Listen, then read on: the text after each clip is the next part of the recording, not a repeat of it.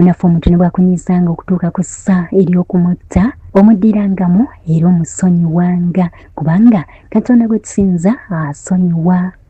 Adamu ne Eva baanyiza Katonda okutuuka ku ssa ery'okugamba nti oba yandibase naye Mukama Katonda teyabatta, yabasonyiwa.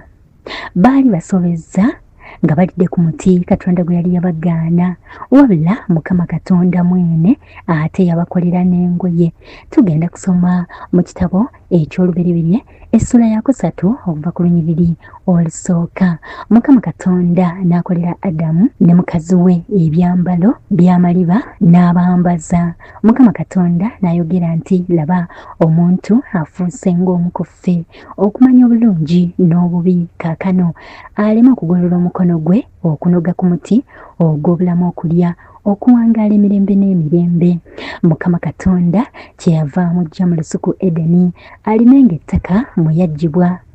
Munaffe tuleese embeera eno okukulaga nti newankubadde abantu bano baali basobezza Katonda era bwe baamala okulya ku kibala eky'obulamu ne beeraba nga bali bwereere, bulijjo baali babeerawo naye nga tebamanyi nti bali bwereere. Naye bwe baamala okulya ku kibala kino ne beesiŋŋaana nga bali bwereere era Mukama Katonda yabayita n'ababuuza nti muli luuyi wa? Ne bagamba tukuwulidde ng'ojja ne twekweka kubanga tulabye nga tuli bwereere. Mukama Katonda n'ababuuza nti mutegedde mutya nti muli bwereere? Mulidde ku muti ogw'obulamu gwe nabagaana?